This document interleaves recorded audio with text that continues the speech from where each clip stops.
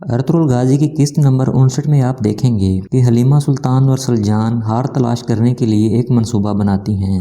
तो हलीमा सुल्तान सलजान को कहती है कि आज जब नोयान को सजा हो रही होगी तो उस वक्त सब लोग बाहर आए हुए होंगे, तो मैं तब चुपके से सरदार कुरकुत के खेमे में जाऊंगी और उनके खेमे में जाकर उस हार को तलाश करूंगी। उसके बाद अर्तुगरुल दरवेश महमूद के पास बैठा होता है और वो दरवेश से कहता है कि अगर आप इजाज़त दें तो मैं भी आपके साथ आना चाहूँगा, क्योंकि मैं आपके साथ चलकर वहाँ के हालात देखना चाहता हूँ। तो दरवेश इस बात के लिए रजामंद हो जाता है। उसके बाद कुछ लोग एक जगह पर इकट्ठे हुए होते हैं जहाँ पर उन्होंने दरवेश को बुलवाना होता है और कमांडर वेलिंगटन भी वहाँ पर मौजूद होता है। इतने में जासूस वहाँ पर आकर उसको बताता है कि आपका काम हो गया है, दरवेश कुछ ही देर में यहाँ पर होगा। उससे आगे आप देखेंगे कि आयतोलन एक संदूक को खोलती है और संदूक में से एक डिब्बा निकालती है और उसी डिब्बे के अंदर उसने सलजान का हार रखा होता है और वो उसी डिब्बे के अंदर ही मोहर भी रख देती है। सरदार कुरकुत खेमे में दाखिल होता है और आयतोलन से कहता है कि हमें कत्लगाह की तरफ चलना चाहिए, क्योंकि मैं भी नोयान को मरते हुए देखना चाहता हूँ। उसके बाद आप देखेंगे कि गार में तुंगत बैठा होता है कि तुंगत के पास एक सिपाही खत लेकर आता है। इस खत को पढ़ने के बाद तुंगत हंसना शुरू हो जाता है और खत को आग में फेंक देता है।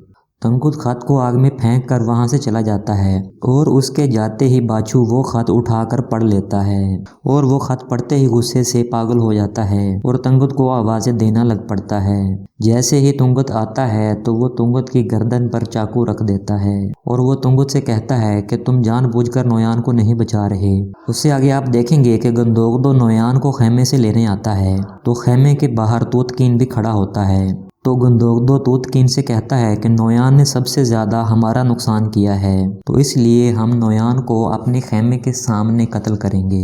उसके बाद गंदोगदो नोयान के पिंजरे में दाखिल होता है और उससे कहता है कि वक्त ख़त्म हो चुका है। तो नोयान कहता है कि तुम अब भी यही समझ रहे हो कि मैं मर जाऊंगा। उसके बाद सिपाही नोयान को खेमे से खोल कर बाहर ले आते हैं। के बाद नोयान को खेमे से बाहर लाया जाता है और लोगों का गमो गुस्सा बहुत ज़्यादा होता है। उसके बाद गंदोगदो अपने लोगों से कहता है कि खुदा का शुक्र है कि जिस शख्स ने हमें सबसे ज़्यादा नुकसान पहुंचाया, हमारे बहुत से सिपाहियों को शहीद किया और आज उसका सर हमारे कदमों में है। उसके बाद आप देखेंगे कि हलीमा सुल्तान और सलजान खातून सरदार कुरकुत के खेमे के बाहर छुप कर खड़ी होती हैं और जैसे ही सरदार कुरकुत और आयतोलन खेमे से बाहर निकलते हैं तो हलीमा सुल्तान खेमे की तरफ चल पड़ती है और वो खेमे के बाहर खड़े सिपाही से कहती है कि मुझे आयतोलन खातून ने बुलाया है। सिपाही उसको इजाज़त दे देता है और हलीमा खेमे के अंदर दाखिल हो जाती है और खेमे के अंदर दाखिल होते ही हलीमा सुल्तान हार तलाश करना शुरू कर देती है और सरदार कुरकुत अभी रास्ते में ही होता है कि उसकी तबीयत ख़राब हो जाती है। तो आयतोलन उससे कहती है कि हमें वापस चलना चाहिए, आपकी तबीयत ठीक नहीं है। यूं बानो चीचक और काया अलब सरदार कुरकुत को वापस लाने के लिए पीछे मुड़ आते हैं और उनको देखते ही सलजान खातून के रंग उड़ जाते हैं, क्योंकि हलीमा सुल्तान अभी भी खेमे के अंदर मौजूद होती है। उसके बाद आप देखेंगे कि अर्तुगरुल अपने सिपाहियों से कहता है कि बाज़ंतीन अपनी ताकत खो चुका है। अगर हम अपना कबीला यहाँ पर बसाने में कामयाब हो गए तो यहीं पर हमारा वो ख्वाब भी पूरा हो सकता है जिसकी हमने बरसों से तमन्ना की है। तो तुर्गत उनसे कहता है कि अगर कबीले के लोग यहाँ आने के लिए ना माने तो आप क्या करेंगे। तो अर्तुगरुल उससे कहता है कि मैं अपने भरोसे के लोगों के साथ कबीला छोड़कर यहाँ पर आ जाऊँगा और अगर कोई भी मेरे साथ आने के लिए तैयार ना हुआ तो मैं अकेला यहाँ पर आ जाऊँगा। दूसरी तरफ सरदार कुरकुत खेमे में दाखिल होता है तो सामने हलीमा उसके खेमे के अंदर खड़ी होती है।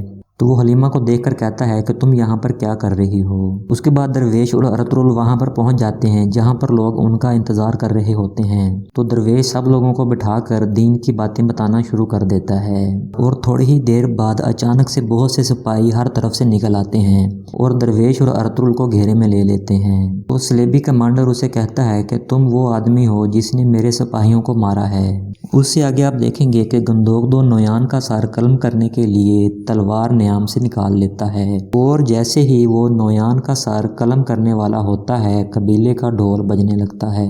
तो एक सल्जोक अमीर अपने बहुत से सिपाहियों के साथ कबीले में पहुंचता है। तो जैसे ही वो अमीर इन लोगों के पास आता है तो गुमुश्तकीन सब लोगों को बताता है कि ये अमीर सादुद्दीन कोपेक हैं। दूसरी तरफ अर्तुगरुल की सलेबियों के साथ लड़ाई शुरू हो जाती है और अर्तुगरुल एक एक करके सब सलेबी सिपाहियों को मार देता है और पीछे उनका कमांडर अकेला बच जाता है। इतने में कमांडर वहां से एक लड़की को पकड़कर तलवार उसकी गर्दन पर रख देता है और अर्तुगरुल से कहता है कि अपनी तलवार फेंक दो वरना मैं इस लड़की को मार दूंगा। तो मजबूरन अर्तुगरुल अपनी तलवार फेंक देता है। उसके बाद सलेबी कमांडर और जासूस लड़की को यरगमाल बनाते हुए वहां से भाग जाते हैं और फिर अर्तुगरुल भी उनके पीछे भाग पड़ता है। दूसरी तरफ बाछू तंगुत से लड़ रहा होता है और उससे कहता है कि तुमने हमें नहीं बताया कि अमन मुआहदा हो चुका है। तो उससे कहता है कि नोयान को बचाने का यह बेहतरीन मौका है, बिल्कुल इस तरह जैसे अर्तुगरुल ने अब्दुर्रहमान को बचाया था। और तंगुत उससे कहता है कि नोयान मरेगा, नोयान ने गलती की है, वो अब उसकी कीमत चुकाएगा। उसके बाद अमीर सादुद्दीन सबको सलाम करता है। तो हेमा आना कहती है कि आपने यहाँ कबीले में आकर हमें शर्फ बख्शा है, हमने रियासत के सबसे बड़े दुश्मन को पकड़ लिया है। और हेमा आना कहती है कि हम अभी इसको सजा देने वाले हैं, अच्छा हुआ कि आप भी यहाँ पर आ गए। और अमीर सादुद्दीन उनसे कहता है कि आप सब लोगों के जज्बात काबिले एहतराम हैं, लेकिन मैं सुल्तान अलाउद्दीन के हुक्म पर यहाँ पर इसकी सजा को रुकवाने आया हूँ। ये सुनते ही सब लोग हैरान हो जाते हैं और कबीले के लोग गुस्से से चलाना शुरू कर देते हैं। अमीर सादुद्दीन उनसे कहता है कि हमारी हुकूमत का मंगोलों के साथ मुआहदा हो चुका है, लिहाजा अमन मुआहदे के तहत तुम्हें नोयान को मेरे हवाले करना होगा। कई सालों से जारी ये खूनी जंग अब ख़त्म हो चुकी है। मंगोलों के पास हमारे 3 सिपा सलार हैं और नोयान के बदले हम उन सिपा सलारों को छुड़वाएंगे। और उनसे कहता है कि आज के बाद किसी सल्जोक या मंगोल का खून नहीं बहेगा।